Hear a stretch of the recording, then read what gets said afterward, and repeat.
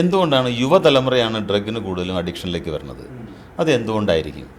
യുവതലമുറ ആരോഗ്യമുള്ള ഒരു സമൂഹമല്ല ഇന്ന് കെട്ടിപ്പടുത്തുകൊണ്ടിരിക്കുന്നത്. ആരോഗ്യവും സുഖവും ഉള്ളതായ ഒരു വ്യക്തി ഒരു കാരണവശാലും ഡ്രഗ് അന്വേഷിച്ച് പോവില്ല. കാരണം അവന് സുഖമുണ്ട്.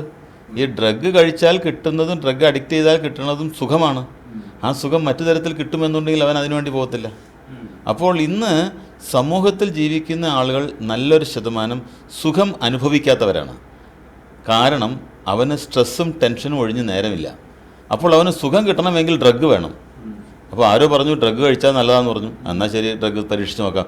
ആദ്യത്തെ പരീക്ഷണത്തിൽ തന്നെ സുഖം കണ്ടു തുടങ്ങി. അപ്പോൾ മറ്റു സുഖത്തിനേക്കാളും നല്ലത് ഡ്രഗ് മൂലമുള്ള സുഖമാണെന്ന് അവൻ തിരിച്ചറിഞ്ഞു. അപ്പോൾ ഇത് സുഖമില്ലാത്ത ഒരു സമൂഹത്തിൽ വളരുന്നത് കൊണ്ട് വരുന്ന ഒരു മാറ്റമാണ് അതവിടെ.